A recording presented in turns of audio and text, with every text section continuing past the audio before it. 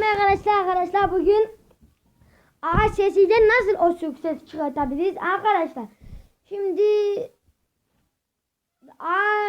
ağız şeyle ostuk sesi çıkaracağız.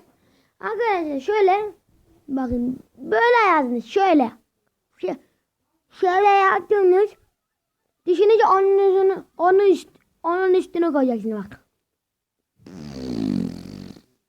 Bakın. Bakın mesela ben nefes çıkartıyorum o sesiyle.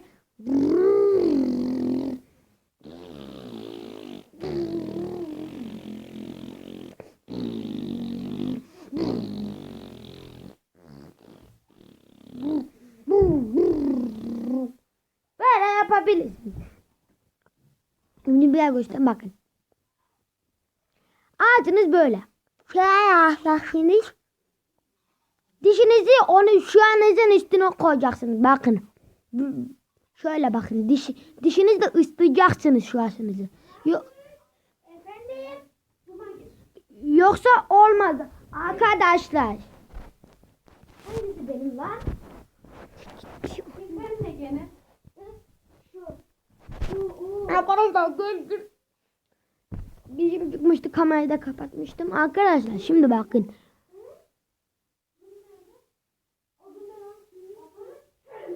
Arkadaşlar şu an ısıtmazsanız olmaz.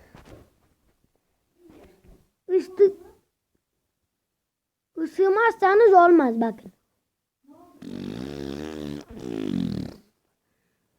Böyle işte arkadaşlar. Arkadaşlar ne unutmuyoruz? Kanalımıza abone olmayı unutmuyoruz. Arkadaşlar bir yöntemi daha var, bakın. Bir yöntemi daha var elimizde bu. Böyle koltuk altına falan değil arkadaşlar. Şimdi şöyle yapın dilince. Şöyle yaparsınız ya. Canını çekince bir şey. Yapınca öyle yaparsınız ya. Şöyle yapacaksınız. Öyle yaptınız ya. Elini şöyle ya. Onu ağzınıza getireceksiniz.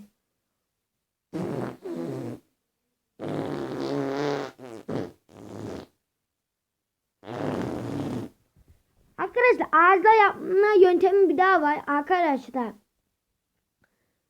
Şöyle yapın. Bunu herkes biliyordu. Şöyle.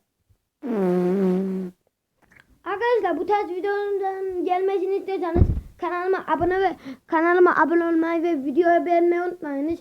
Şimdilik kendinize iyi bakın. Geçmiş olsun İzmir.